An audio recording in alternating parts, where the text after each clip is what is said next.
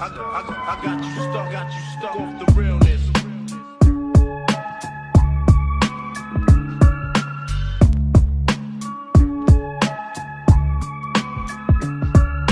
You better not duck me, son. You better not duck me, son.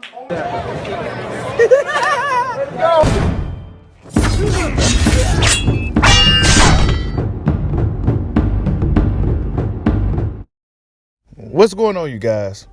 So Keith one-time Thurman comes out and says that he'll be interested in facing Terence Crawford in 8 months. He'll be more than happy to fight Terence Crawford in 8 months.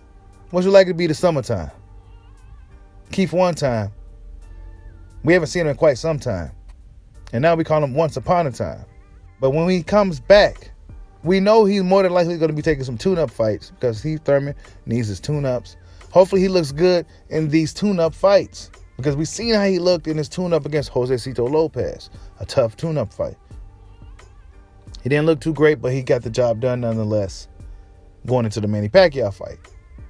And during those times, it was nobody wants the WBO belt and why don't you go fight Amir Khan or somebody.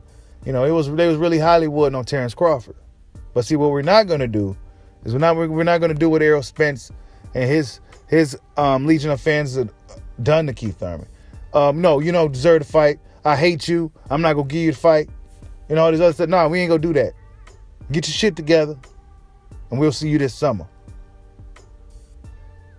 Terence Crawford is interested in fighting Keith Thurman. Anyway, he said he wanted that fight over Sean Porter. Now that Terence Crawford's not with Bob Arum, I think we start to see more of these fights because all roads lead to Terence Crawford now. Terence Crawford is the guy with the spotlight on him. Terence Crawford is the guy that's perceived as #1 welterweight as well as the best fighter in boxing. So, Keith one-time Thurman, if you can't get Spence, what you gonna do? You gotta go after the boogeyman Bud.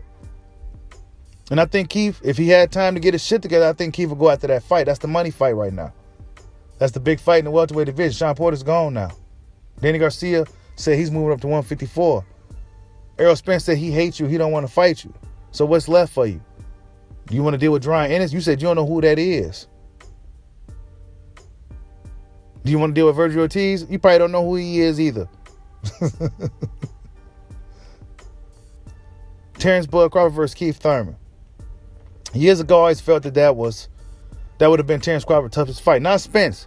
This is before all this stuff transpired with this Spence stuff. I always felt that stylistically, Keith Thurman would have been Crawford's toughest fight, a tougher fight. That still remains the same. However, Keith Thurman has been pretty inactive. And now guys like Brian Ennis may be Crawford's toughest matchup. And Keith Thurman, we haven't seen much of Keith one-time Thurman since his loss to Manny Pacquiao years ago. Manny Pacquiao already since then came back and retired since we've seen Keith Thurman. But now it's funny. It's total contrast of those days back when Crawford was trying to get a fight with these guys and they was claiming that he never done nothing. He ain't never fought nobody. And now you can't deny him now. Of course, the boxing community streets are being flooded with salt from the Crawford critics because he did something none of these other PBC welterweights has done. They can't believe it. They simply just can't believe it. But they better believe it. And I hope we get to see Terence Crawford and Keith Thurman make the fight. I don't know if Errol Spence Jr. is too willing to or eager to face Terence Crawford. I still feel that same energy from Errol Spence Jr., but we're going to see if things change in 2022. What are they going to do? We're going to see if we can get Terence Crawford and Keith Thurman. Like, subscribe, holla at your boy. Peace out.